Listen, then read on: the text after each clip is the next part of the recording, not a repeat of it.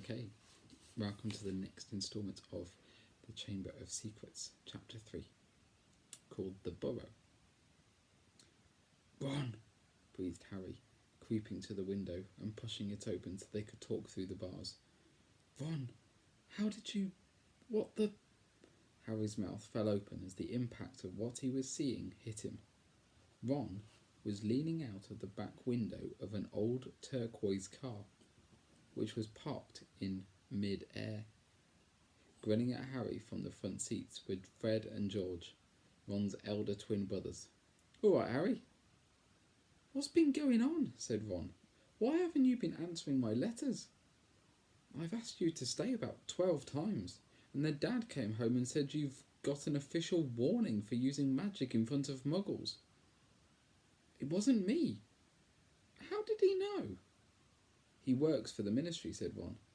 "You know we're not supposed to do spells outside of school." "Bit rich coming from you," said Harry, staring at the floating car. "Oh, this doesn't count," said Ron. "We're only borrowing this. It's Dad's. We didn't enchant it." "But doing magic in front of those muggles you live with?" "I told you, I didn't." "But it will take too long to explain now. Look, can you explain to them at Hogwarts that the Dursleys have locked me up and I won't be able to come back, and obviously I can't magic myself out, because the ministry will think that that's the second time I've done a spell in 3 days. So, stop gibbering," said Ron. "We've come to take you home with us." "But you can't magic me out either." "We don't need to," said Ron, jerking his head towards the front seats and grinning. "You forget who I've got with me." "Tie that around the bars," said Fred, throwing the end of the rope to Harry.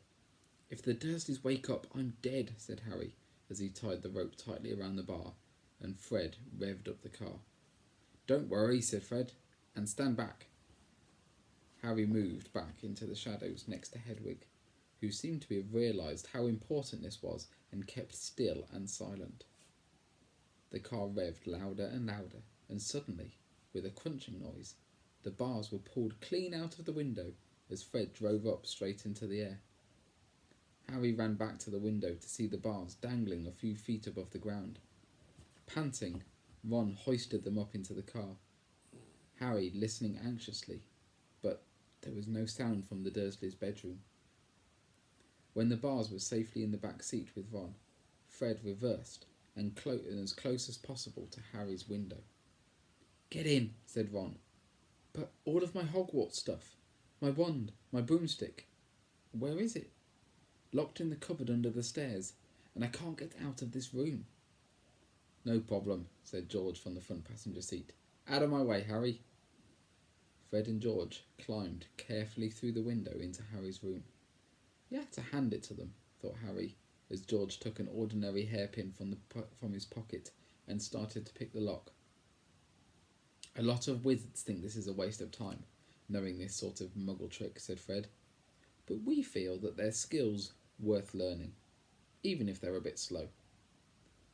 There was a small click and the door swung open. "So, we'll get your trunk, you grab anything you need from your room and hand it out to Ron," whispered George. "Watch out for the bottom stair, it creaks," whispered Harry back as the twins disappeared into the dark landing. Harry dashed around his room, collecting his things together and passing them out of the window to Ron.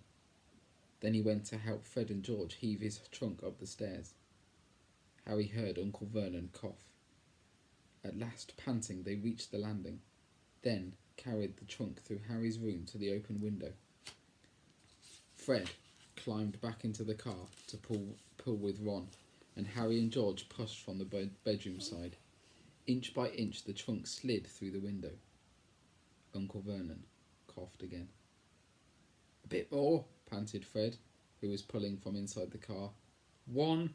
Good. Push." Harry and George threw their shoulders against the trunk, and it slid out of the window into the back seat of the car. "Okay, let's go," George whispered. But as Harry climbed onto the windowsill, there came a sudden loud screech from behind them, followed immediately by the thunder of Uncle Vernon's voice. "That bloody owl! I've forgotten Hedwig." Harry tore back across the room as the landing light clicked on. He snatched up Hagrid's cage, dashed to the window, and passed it out to Ron. He was scrambling back over the chest of drawers when Uncle Vernon hammered on the unlocked door, and it crashed open. For a split second, Uncle Vernon stood, framed in the doorway. Then he let out a bellow like an angry bull and dived at Harry, grabbing him by his ankle. Ron, Fred, and George seized Harry's arms and pulled as hard as they could. "Petunia!" roared Uncle Vernon. "He's getting away! He's getting away!" The Weasleys gave a gigantic tug, and Harry's leg slid out of Uncle Vernon's grasp. As soon as Harry was in the car and had slammed the door shut, Ron yelled, "Put your foot down, Fred!" and the car shot suddenly towards the moon. Harry couldn't believe it. He was free. He wound down the window. The night air was whipping his hair, and looked back at the shrinking rooftops at Privet Drive. Uncle Vernon, Aunt Petunia, and Dudley were all hanging dumbstruck out of Harry's window. "See you next summer!" Harry yelled. The Weasleys roared with laughter, and Harry settled back in his seat, grinning from ear to ear. "Let Hedwig out," he told Ron. "She can fly behind us. She hasn't had a chance to stretch her wings for ages." George handed the hairpin to Ron, and a moment later, Hedwig had soared joyfully out of the window to glide alongside them like a ghost. "So, what's the story, Harry?" said Ron impatiently. "What's been happening?" Harry told them all about Dobby, the warning he'd given Harry, and the fiasco of the violet pudding. There was a long, shocked silence when he had finished. "Very fishy," said Fred finally. "Definitely dodgy," agreed George. "So he wouldn't even tell you who's supposedly plotting all of this stuff?" "I don't think he could," said Harry. "I told you, every time he got close to letting something slip, he started banging his head against the wall." He saw Fred and George look at each other. "What, do you think he was lying to me?" said Harry. "Well," said Fred, "put it this way. House elves have got powerful magic of their own, but they can't usually use it without their master's permission. I reckon old Dobby was sent to stop you coming back to Hogwarts. Someone's idea of a joke. Can you think of anyone at school with a grudge against you?" "Yes," said Harry and Ron together instantly. "Draco Malfoy," Harry explained. "He hates me." "Draco Malfoy," said George, turning round. "Not Lucius Malfoy's son?" "Must be. He's got the same. It's not a very common surname, is it?" said Harry. "Why?" "I've heard Dad talking about him," said George. "He was a big supporter of you-know-who." "And when you-know-who disappeared," said Fred, craning around to look at Harry, "Lucius Malfoy came back saying he'd never meant any of it. Let it dung. Dad reckons he was right in the middle of it, you-know-who's inner circle." Harry had heard these rumours about Malfoy's family before, and they didn't surprise him at all. Draco Malfoy made Dudley Dursley look like a kind, thoughtful, sensitive boy. "I don't know whether the Malfoys own a house elf," said Harry. "Well, whoever owns him will be an old wizarding family, and they'll be rich," said Fred. "Yeah, Mum's always wished we'd had a house elf to do the ironing," said George. "But all we've got is a lousy old ghoul in the attic, and gnomes all over the garden. House elves come with big old manors and castles and places like that. You wouldn't catch one in our house."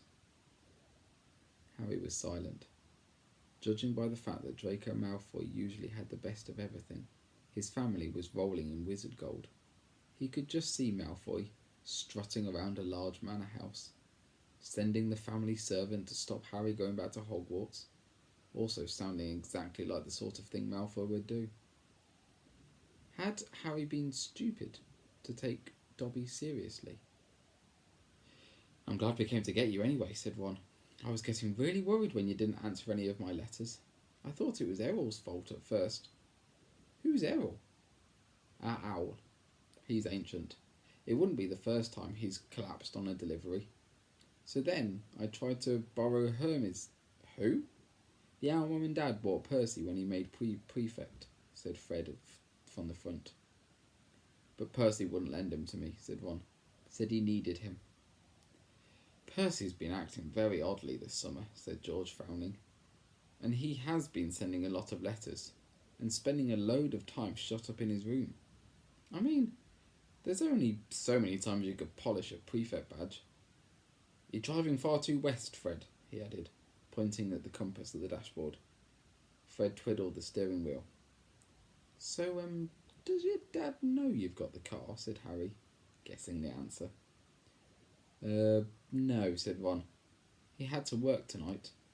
Hopefully we'll be able to get it back in the garage without Mum noticing we flew it. What does your dad do at the Ministry of Magic anyway? He works in the most boring department, said Ron. The Misuse of Muggle Artifacts Office. The what? It's all to do with the bewitching things that a Muggle made, you know, in case they end up back in a Muggle shop or house. Like last year, some old witch died and her tea set was sold to an antique shop. This Muggle woman bought it, took it home, and tried to serve her friends tea in it. It was a nightmare. Dad was working overtime for weeks. What happened? The teapot went berserk and squirted boiling tea all over the place, and one man ended up in hospital with the sugar tongs clamped to his nose. Dad was going frantic. It's only him and an old warlock called Perkins in the office, and they had to do memory charms and all sorts to cover it up. But your dad, this car? Fred laughed. Yeah, Dad's mad about everything to do with Muggles. Our shed's full of Muggle stuff. He takes it apart, puts spells on it, and puts it back together again. If he raided our house, he'd have to put himself straight under arrest. It drives Mum mad. That's the main road, said George, peering down through the windscreen. We'll be there in 10 minutes. Just as well. It's getting light. A faint pinkish glow was visible along the horizon to the east. Fred brought the car lower, and Harry saw a dark patchwork of fields and clumps of trees. We're a little way outside the village, said George. Ottery St. Catchpole. Lower and lower went the flying car. The edge of a brilliant red sun was now gleaming through the trees. Touchdown, said Fred, as with a slight bump they hit the ground. They had landed next to a tumble-down garage and a small yard, and Harry looked out for the first time at Ron's house. It looked as though it had once been a large stone pigsty, but extra rooms had been added here and there until it was several stories high, so crooked it looked as though it was held up by magic, which Harry reminded himself it probably was. 4 or 5 chimneys were perched on top of the red roof. A lopsided sign stuck in the ground near the entrance read, "The Burrow." Round the front door lay a jumble of Wellington boots and a very rusty cauldron. Several fat brown chickens were pecking their way around the yard. It's not much, said Ron. It's brilliant, said Harry happily, thinking of Privet Drive. They got out the car. Now, we'll go upstairs really quietly, said Fred, and we'll wait for Mum to call us for breakfast. Then, Ron, you come bounding downstairs going, "Mum, look who turned up in the night!" And she'll be all pleased to see Harry, and no one need ever know we flew the car. Right, said Ron. Come on, Harry. I sleep at the... Ron had gone a nasty greenish colour, his eyes fixed on the house. The other 3 wheeled round. Mrs. Weasley was marching across the yard, scattering chickens, and for a short, plump, kind-faced woman, it was remarkable how much she looked like a saber-toothed tiger. Ah, said Fred. Oh dear, said George. Mrs. Weasley came to a halt in front of them. Her hands were on her hips, staring from one guilty face to the next. She was wearing a flowered apron with a wand sticking out of her pocket. "So," she said. "Morning, Mum," said George, in what was clearly thought to be a jaunty, winning voice. Have you any idea how worried I've been? Said Mrs. Weasley in a deadly whisper. Sorry, Mum, but see, we had to... All three of them, 3 of Mrs. Weasley's sons, were taller than she was, but they cowered as her rage broke over them. Bed's empty. No note. Car gone. Could have crashed. Out of my mind with worry. Did you care? Never. As long as I've lived. You wait until your father gets home. We never had trouble like this from Bill or Percy or Charlie. Perfect Percy, muttered Fred. You could do with a talking and taking a leaf out of Percy's book, yelled Mrs. Weasley, prodding a finger in Fred's chest. You could have died. You could have been seen. You could have lost your father his job. It seemed to go on for hours. Mrs. Weasley had shouted herself hoarse before she turned on Harry, who backed away. I'm very pleased to see you, Harry dear, she said. Come in and have some breakfast. She turned and walked back into the house, and Harry, after a nervous glance at Ron, who nodded encouragingly, followed her. The kitchen was small and rather cramped. There was a scrubbed wooden table and chairs in the middle, and Harry sat down at the edge of the seat, looking around. He had never been in a wizard's house before. The clock on the wall opposite him had only one hand, and no numbers at all. Around the edge were things like time to make tea, time to feed the chickens, and you're late. Books were stacked 3 deep on the mantelpiece. Books with titles like Charm Your Own Cheese, Enchantment to Make Baking, and 1-Minute Feasts. It's magic. And unless Harry's ears were deceiving him, the old radio next to the sink had just announced that coming up was Witching Hour with the popular singing sorceress Celestina Warburg. Mrs. Weasley was clattering around, cooking breakfast a little haphazardly, throwing dirty looks at her sons as she threw sausages into the frying pan. Every now and then she muttered things like, Don't know what you're thinking of, and never would I have believed it. I don't blame you, dear, she assured Harry, tipping 8 or 9 sausages onto his plate. Arthur and I have been worried about you too. Just like last night we were saying we'd come and get you ourselves if you hadn't written back to Ron by Friday. But really, she was now adding 3 fried eggs to his plate, flying an illegal car halfway across the country. Anyone could have seen you. She flicked her wand casually at the washing up in the sink, which began to clean itself, clinking gently in the background. It was cloudy, Mom, said Fred. You keep your mouth closed while you're eating, said Mrs. Weasley, snapped. They were starving him, Mom, said George. And you, said Mrs. Weasley, but it was with a slight softened expression that she started cutting Harry's bread and buttering it for him. At that moment there was a diversion in the form of a small, red-headed figure in a long nightdress, who appeared in the kitchen, gave a small squeal, and then ran out again. Ginny, said Ron in an undertone to Harry. My sister. She's been talking about you all summer. Yeah, she'll be wanting your autograph, Harry, grinned Fred. But he caught his mother's eye and bent his face over his plate without another word. Nothing more was said until all 4 plates were clean, which took a surprisingly short time. Blimey, I'm tired, yawned Fred, setting down his knife and fork at last. I think I'll go to bed and... You will not, snapped Mrs. Weasley. It's your own fault you've been up all night. You're going to de-gnome the garden for me, and they're getting completely out of hand. Oh, Mom. And you too, she said, glaring at Ron and George. You can go up to bed, dear, she added to Harry. You didn't ask them to fly the wretched car. But Harry, who felt wide awake, said quickly, I'll have one. I've never seen de-gnoming.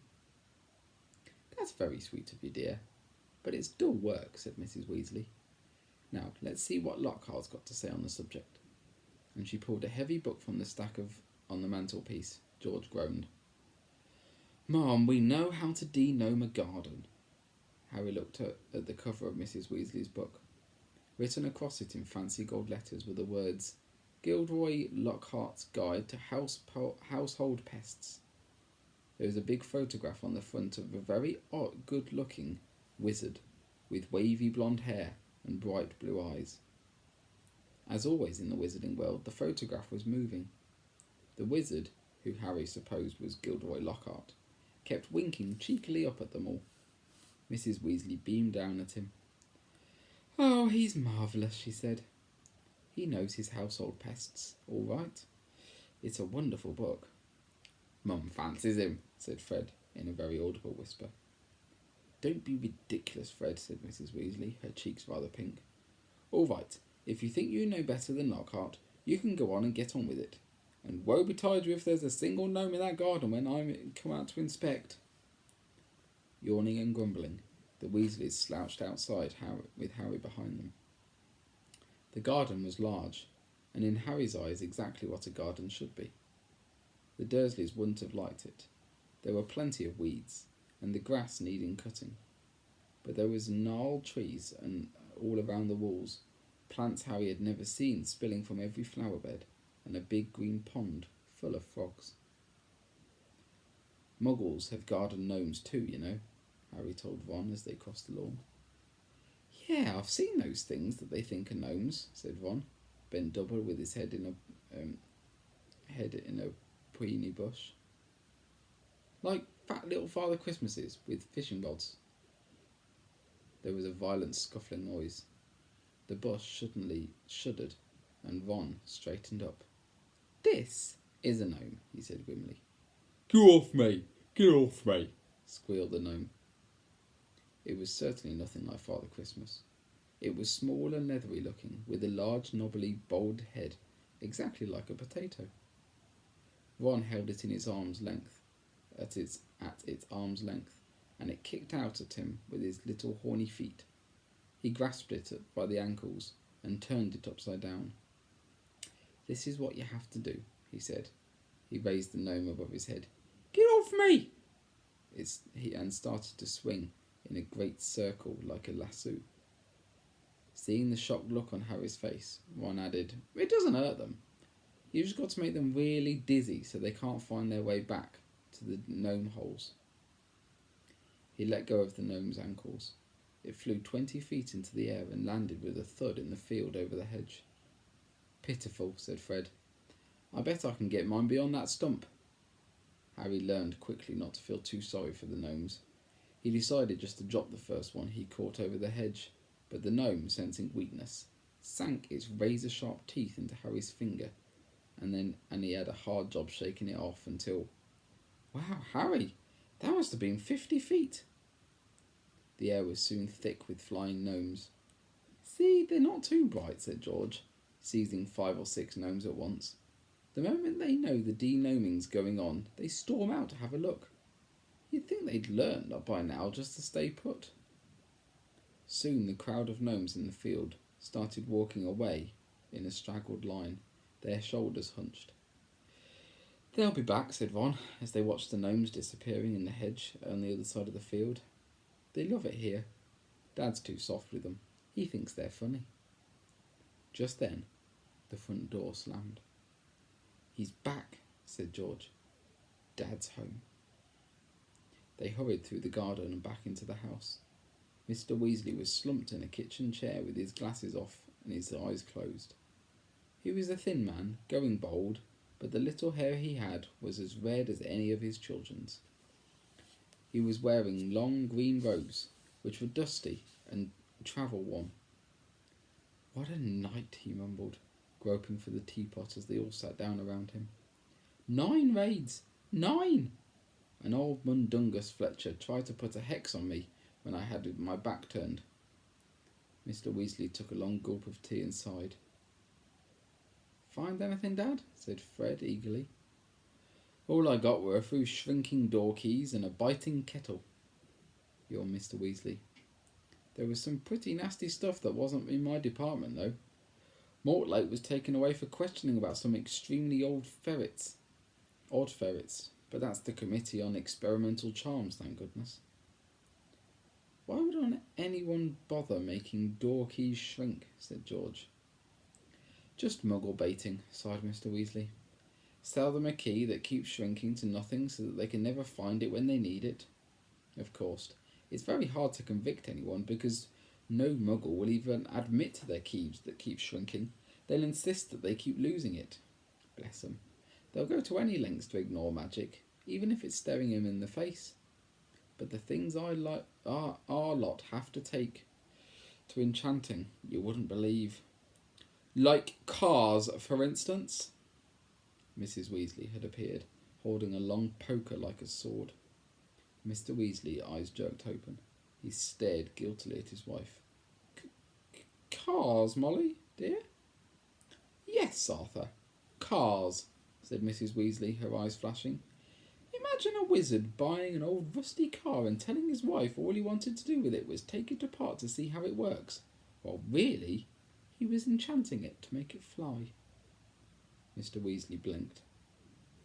Well, dear, I think you'd find that it would be quite within the law to do that, even if he maybe would have done better to tell his wife the truth. There's a loophole in the law, you know. You'll find as long as it wasn't intended to fly the car, the fact that it could fly wouldn't. Arthur Weasley, you made sure there was a loophole when you wrote that law, shouted Mrs. Weasley, just so you could carry on tinkering with all that muggle rubbish in your shed. And for your information, Harry arrived this morning in the car you weren't intending to fly. Harry? Said Mr. Weasley blankly. How are you? He looked around and saw Harry and jumped. Good Lord, it's Harry Potter. Very pleased to meet you. Ron's told us so much about... Your sons flew the car to Harry's house and back last night, shouted Mrs. Weasley. What have you got to say about that, eh? Did you really? Said Mr. Weasley easily. Did it go all right? I mean, he faltered as sparks flew from Mrs. Weasley's eyes. That was a very wrong thing, boys. Very wrong indeed. Let's leave them to it, Ron muttered to Harry as Mrs. Weasley swelled like a bullfrog. Come on, I'll show you my bedroom. They slipped out of the kitchen and down a narrow passageway to an uneven staircase, which zigzagged its way up through the house. On the third landing, a door stood ajar. Harry just caught sight of a pair of bright brown eyes staring at him before he closed with a snap. Ginny, said Ron. You don't know how weird it is for her to be this shy. She never shuts up normally. They climbed 2 more flights until they reached a door with peeling paint and a small plaque on it saying, Ronald's room. Harry stepped in, his head almost touching the sloping ceiling, and blinked. It was like a walking into a furnace. Nearly everything in Ron's room seemed to be a violent shade of orange. The bedspread, the walls, even the ceiling. Then Harry realised that Ron had covered nearly every inch of the shabby wallpaper with posters of the same 7 witches and wizards, all wearing bright orange robes, carrying broomsticks and waving energetically. Your Quidditch team, said Harry. The Chudley Cannons, said Ron, pointing to the orange bedspread, which was emblazoned with 2 giant black C's and a speeding cannonball. 9th in the league. Ron's school spellbooks were stacked untidily in a corner, next to a pile of comics, which all seemed to feature the adventures of Martin Miggs, the Mad Muggle.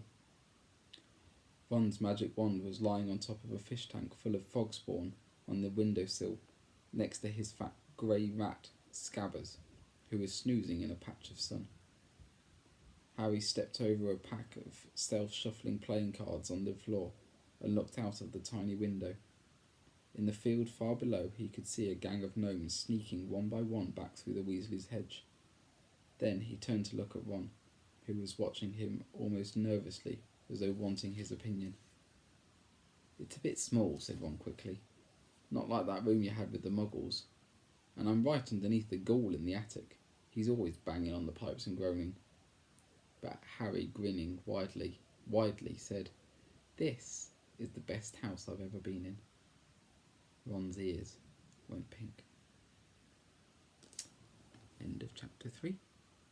Join us next time for chapter 4.